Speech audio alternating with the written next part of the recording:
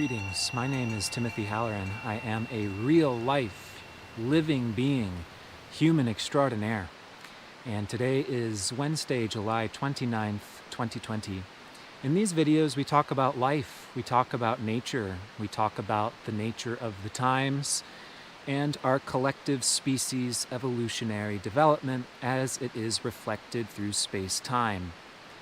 We're going to be focusing on a full moon in Aquarius coming up this next Monday, August 3rd. But first, let's talk Venus. Venus is values, relationships, energy, exchange, and we've been going through a Venusian exploration these last several months.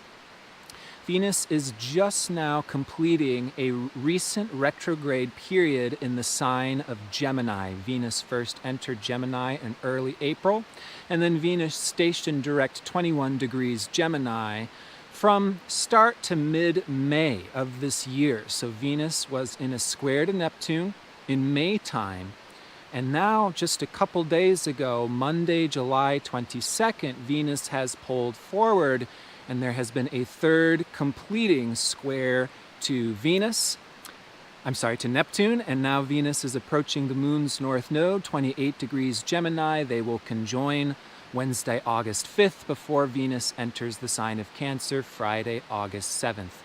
So this whole period since May time, April time of this year, is this exploration of values. And we're coming into new standards, new structures, and understandings of relationships. Again, Venus entered into Gemini the start of April when this exploration of duplicity, multiplicity, diversity, of differences, different people, different ideas and experiences, and how people have formed different personalities and identities via their different past experiences and different interests. So this is an exploration of how such circles, communities, groups are forming, connecting, and networking. Again, the nature of Gemini is multifaceted. Gemini drifts, reverberates, flutters like a butterfly, a social butterfly, entertaining different thoughts, different ideas, different possibilities, different perspectives. Gemini is the thinker. So we've been contemplating, how are we all going to get together? How are we all going to get along?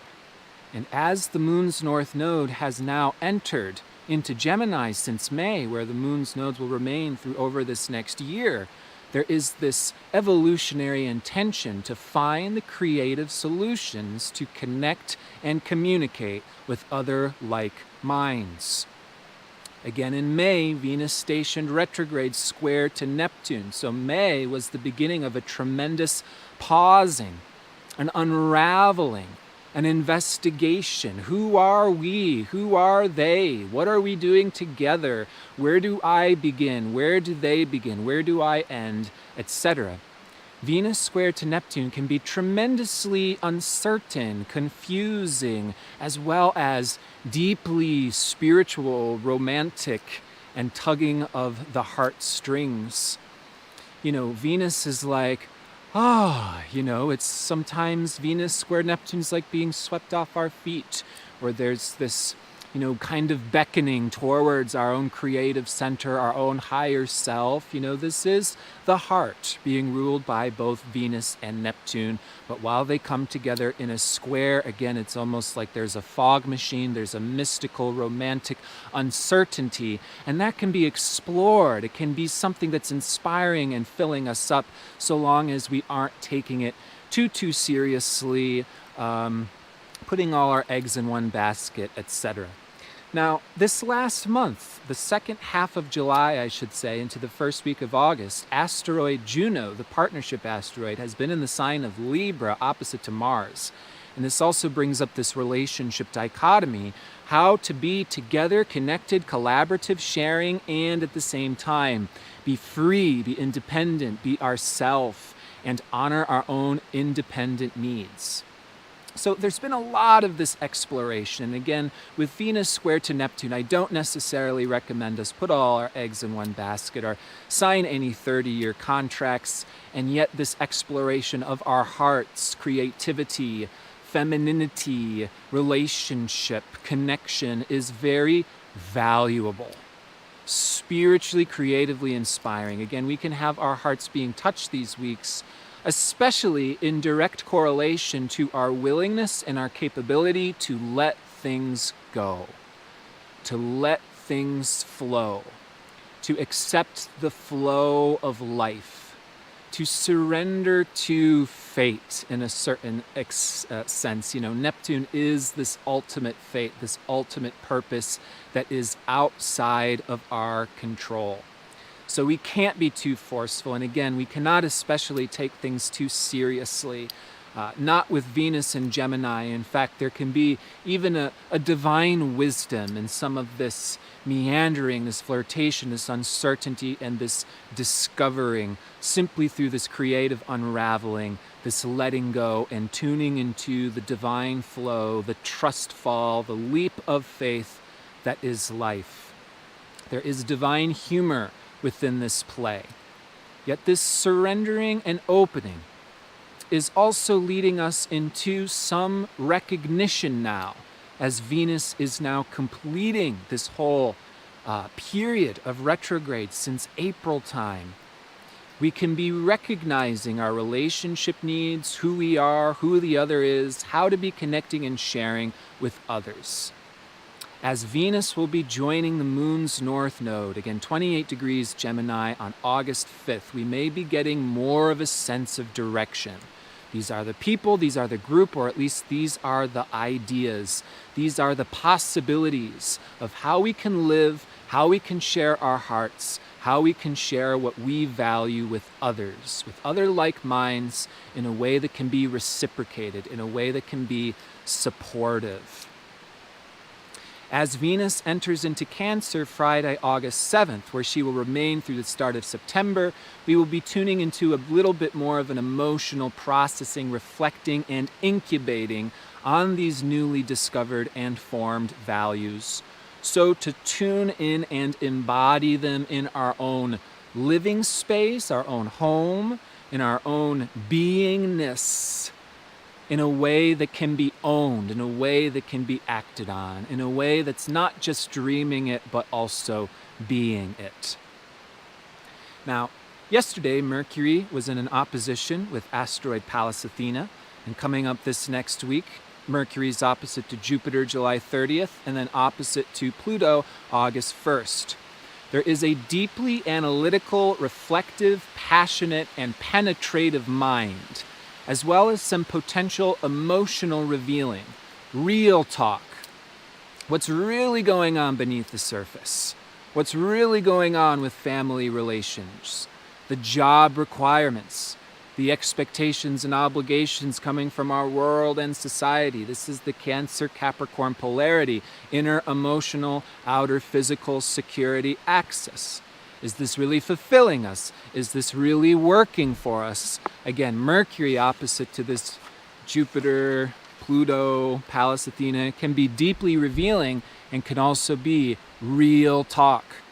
Can we bring our own inner emotional deeper needs into the light?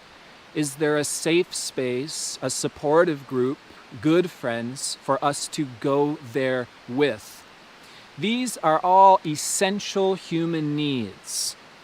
And that's what we're talking about these days. These are real needs, real emotions, real dynamics, a real dichotomy between what we want on the inside and some of these potential outer real world obstructions, challenges, or societal feedback.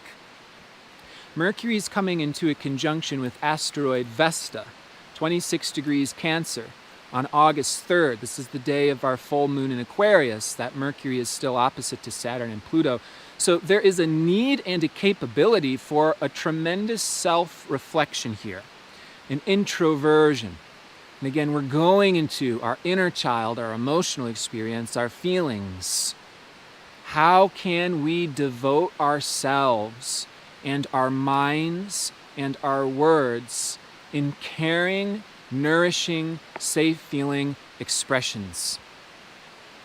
How can we bring this to others in a way that's providing caring, nourishing, and safe space, even while maneuvering through the changes and the restructuring happening very deeply in our world on a societal, infrastructural level at this time? How can we use these infrastructural changes? How can we use the times to create these intentions of support, safe space, a feeling of family, and a circle where we are comfortable enough to be vulnerable with our own inner process, with our own deep inner healing, enough to be able to share, to receive feedback, and then be able to build inside and outside in a way that can form a bridge between both our own inner security needs and how we can structure these needs in our life in a way that practically works in 3 dimensions. Again, there can be a bit of a push-pull between what we'd like to experience, what we'd like to anchor, what we'd like to embody, and what we've been shown in the past. Some of those old tire treads, some of those beaten records, redundant past experiences. This full moon in Aquarius brings up a tremendous pioneering restlessness and this dichotomy between our inner emotional needs versus the potential creative tension of making a new structure or system or relationship or group that honors those needs is a part of this creative tension and jet fuel that we can use by getting into it, by exploring it, and being as flexible and experimental as humanly possible is going to be some of the recommendation I provide in terms of this extraordinarily restless, spontaneous, revolutionary full moon in Aquarius. Yes, things may get a little exciting, bumpy, unpredictable, revealing, revolutionary, and intense as we are approaching this full moon at 11 degrees of Aquarius, 1 minute to noon, Monday, August 3rd, Eastern Daylight Time. This full moon in Aquarius is aligned with the nodes of Neptune. Very tight square to Uranus, the ruler of Aquarius and Taurus, and also in a sesquiquadrate aspect to Venus and the moon's north node in Gemini.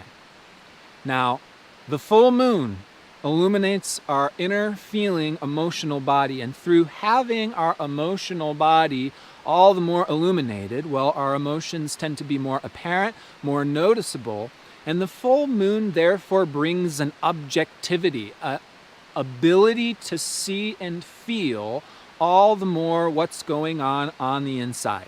And because the moon's always opposite to the sun on either side of the earth during a full moon, there tends to be a dichotomy, a polarity, and an intention to form a bridge between polar opposite intentions. Here we're talking about the sun, which just entered the sign of Leo, July 22nd, opposite to this full moon in Aquarius. Aquarius is the sign of the pioneer, the liberator, and is associated with this type of pioneering urge, restlessness, that is an electrical, spontaneous unpredictability that I affectionately refer to as divine discontent.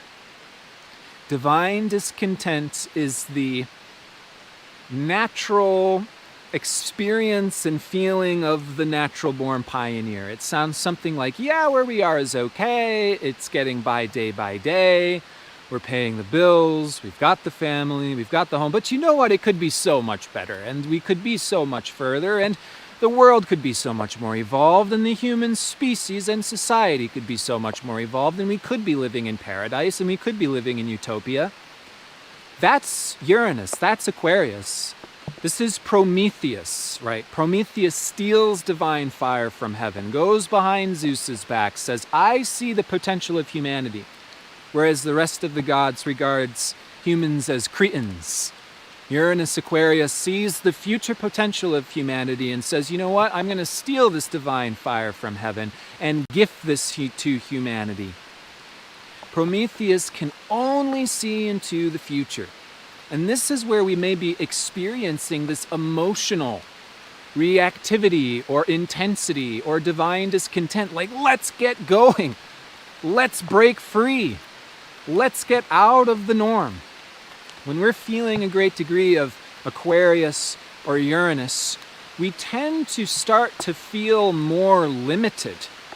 And those feelings of limitation is to wake us up to where we need to bust out. And there tends to be a breaking or a busting out via that sense of confinement. The future possibility, new dimensions start to come into our reality and experience. Even before we may recognize that they are there, the future might start to come in. Even before we recognize that it's coming in, and it still doesn't seem fast enough. This is very stereotypical Uranus, Aquarius.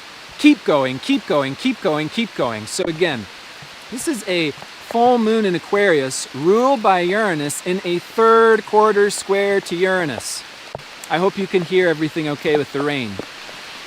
It's incredibly groundbreaking, revolutionary, reactive, and non-conforming. There is a core need to be doing it differently. And that's what we're feeling through our emotional body. Now, the sun having just entered Leo July 22nd has been this last week and will be in a conjunction with asteroid Lucifer, who is powerfully self-expression, the sign of Leo. Spontaneous, confident, potentially narcissistic. Look at me, look at me.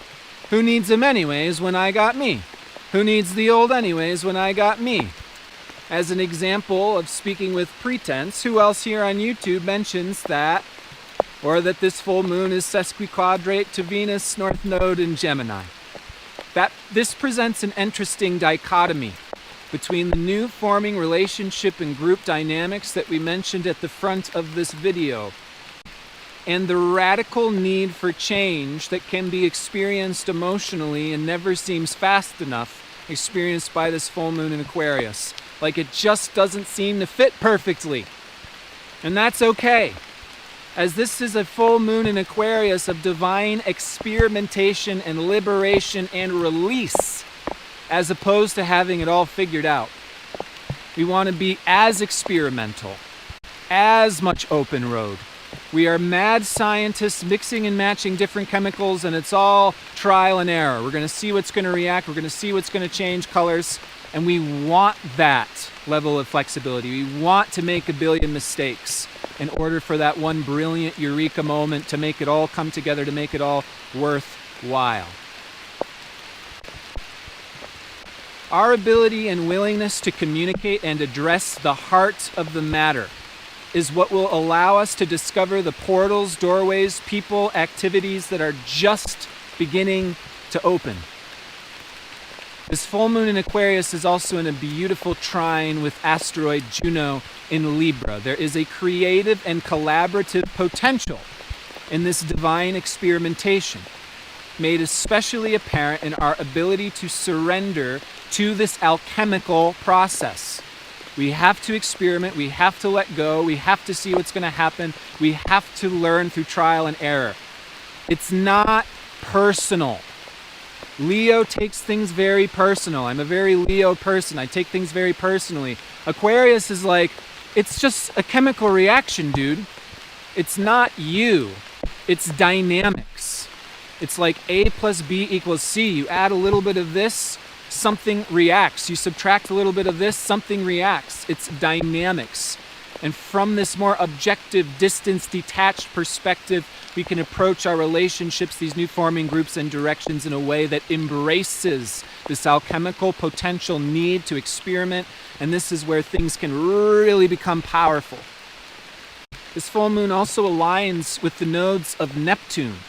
So here there is, again, this Neptunian need to surrender to the process, to the alchemy, to the fizzling, to the reality of humanity, nature, and love being a macroorganism, a macrocosm, this full moon is right on the south node of Neptune in Aquarius. The south node of Neptune in Aquarius is this wisdom that we're all one, we're all interconnected, we're all a part of this network. But in order to form this deeper connection, this deeper tribe, we have to surrender to the process, the alchemy of healing and restoring a healthy, balanced, just way of interconnecting and sharing ourselves with others. Getting a little wet around here.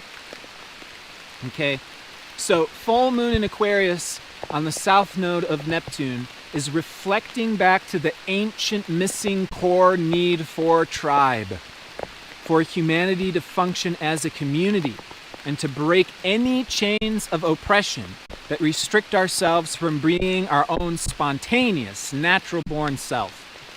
To take down the limits of traditional, societal defined love or self-expression in order to liberate unconditional love.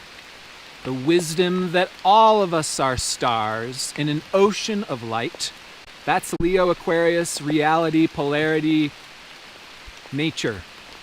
That we can experience the bliss of releasing our own individual light. We are all stars, we are all suns, spontaneously releasing our own creative and sexual energy, impregnating the surrounding solar system and space with our life, with our fertility. That's Leo. And we can also revel in the light and the joy of connecting with others. Other unique, beautiful stars, other unique, beautiful beings in their own light and their own spontaneous expression. I'm going to wrap it up before my camera explodes or my notes run off the page here. We've got a Mars retrograde coming up in September. More on that to come. You can get access to that information earlier by joining my Patreon page. You get extra videos, a monthly Q&A, monthly transit calendar. You can join our chat room, continue the conversation, talk about these videos, chat with each other, give each other readings, practice astrology. And I've started my official Astro School. The first lesson came out in July. We've got extra curriculum forthcoming every single month from this point. Moving on, if you are interested in evolutionary astrology as was taught by Jeffrey Wolf Green, that is what we are going to be covering in addition to other psychotherapeutic approaches and dynamics in this Astro School. I hope to see you there. Happy full moon. Do something radical, do something unconventional. Personally, I've got Uranus exactly going over my 11th house, moon in Taurus this next week, and so don't be surprised y'all are weirded out if my appearance starts to become a little bit more strange or eclectic, more so than it was already. You've all been warned. I look forward to continuing to talk to you roughly every 2 weeks about the nature of these times. Until next time, and as always, remember to take care.